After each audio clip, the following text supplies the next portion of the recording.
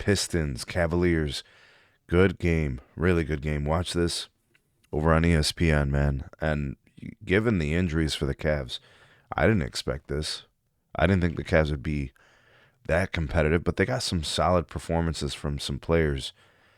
And you know, you kind of need that. Sometimes guys just got to step up. You had a couple guys inactive. The Beard didn't play. D. Mitch didn't play. I'm trying to think who else maybe was still out. We still haven't seen Max Strus all season.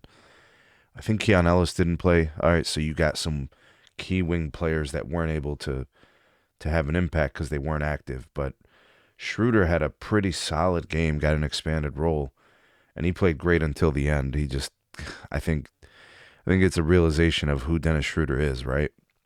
Solid bench guy, nice in his role, but he's no starter. You know what I'm saying? I think that reared its ugly head. A guy like Cade Cunningham's gonna chew him up and spit him out. But you did get some nice play from Porter Jr.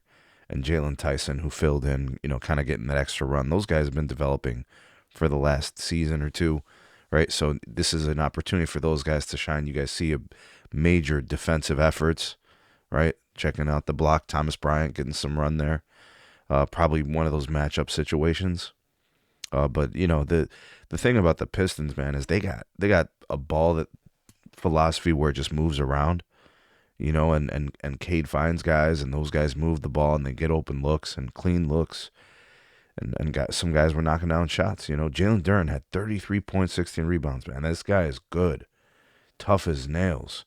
You'll see that nice finish from Mobley, who had some high impact plays in the game. But the loss, right? The Cavs lost this game 122 to 119. Took overtime to figure out who was going to be the winner. Cade fouled out with a couple minutes left in the fourth quarter, and somehow, some way, they still found a way to tough out the win. So this is an Eastern Conference, you know, preview of what I think you're going to see in the playoffs. You have a very high likelihood that these two teams could meet. I think it's the Pistons are top of the conference. I think the Celtics, you know, probably round out into second. And I think the Cavaliers are likely your third team just based on how they were playing with D. Mitch, James Harden, and those guys. Sam Merrill played great in this game. You know, getting the extended run. Dean Wayne didn't play, so that was another injury. So he gets that extra time. Naquan Tomlin got in the game. The Cavs are a deep team when all guys are healthy.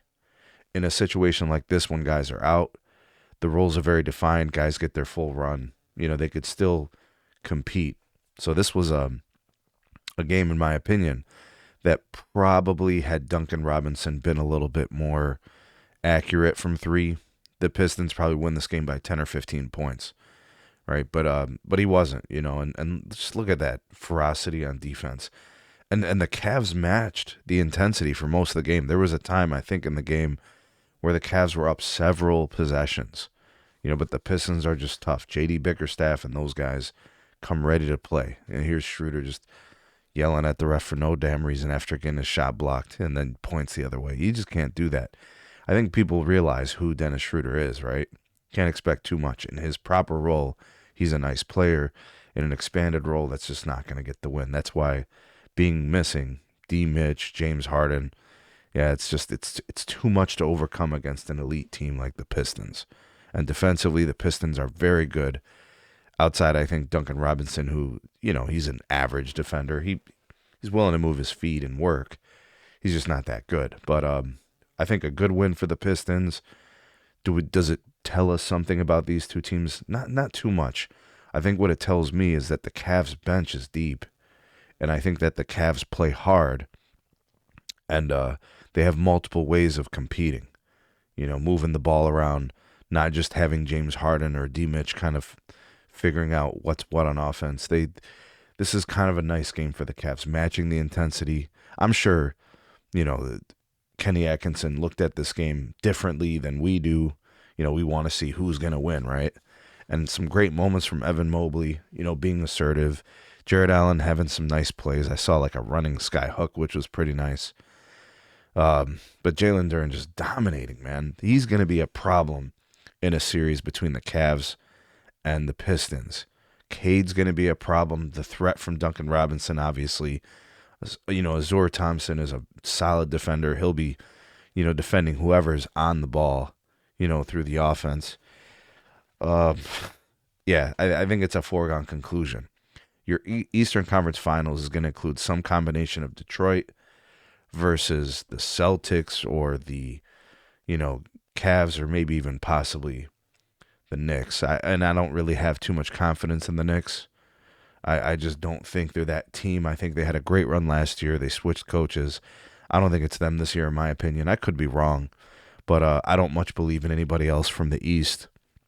I don't believe in the Raptors because of experience. I don't believe in the Sixers because of the health risks and the age of the top players. And I like Maxey, but I don't know what the other guys are made of at this point in their careers.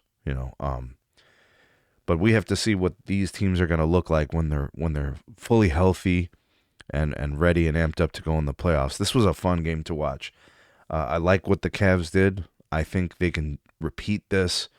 If the Cavs have their guys, probably get a different outcome in this game. If Duncan Robinson was hot in this game, the Pistons probably win by blowout, or not blowout, but like a double-digit win, 10, 12, 15 points kind of deal. But it was good. Let me know what you guys think of these two teams and this particular game, and who you think is coming out of the East to represent the conference in the finals. I think it's going to be the Pistons, but I do think the Celtics and the Cavs have a legitimate chance to really compete against these guys. But man, the Pistons look tough. They really do. Anyways, we like making videos that have nothing to do with the Lakers too. We do really like to cover all things in the association. But drop me some comments.